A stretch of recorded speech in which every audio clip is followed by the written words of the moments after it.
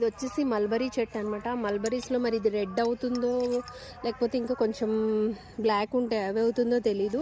But mulberry చెట్టు అనేది మంచి గ్రోతింగ్ రావాలి, ఫ్రూట్స్ తొందరగా రావాలంటే ఇలా మనం ఆకులు అనేవి తెంచేయాలంటే కొంచెం గట్టిగా ఉంటాయి ఇవి, కష్టమే. బట్ తెంచేసిన ఆకుల్ని కూడా మనం ఎక్కడ పడేయక్కర్లేదు.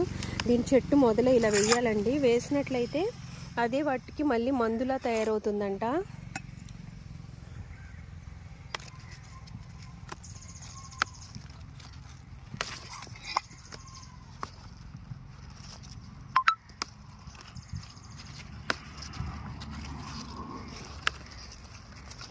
చూసే ఇలా కోసేసాను. ఇలా అయితే ఆకులన్నీ కట్ చేసి దీని కింద వేస్తున్నాను. చాలా మంచిగా గ్రోతింగ్ అనేది వస్తుంది. దీనికి వాటర్ అనేది ఇప్పుడు ఎక్కువ పెట్టాలి, ఫ్రూట్స్ వచ్చినప్పుడు కొంచెం తక్కువ పెట్టాలంట. మరి పుల్లగా ఉంటాయో స్వీట్గా ఉంటాయో తెలీదు. కలర్ ఏంటనేది కాసిన తర్వాత పెడతాను. ఈలోగా మీకు చూపిద్దామని ఒక లైక్ వేసేసుకోండి.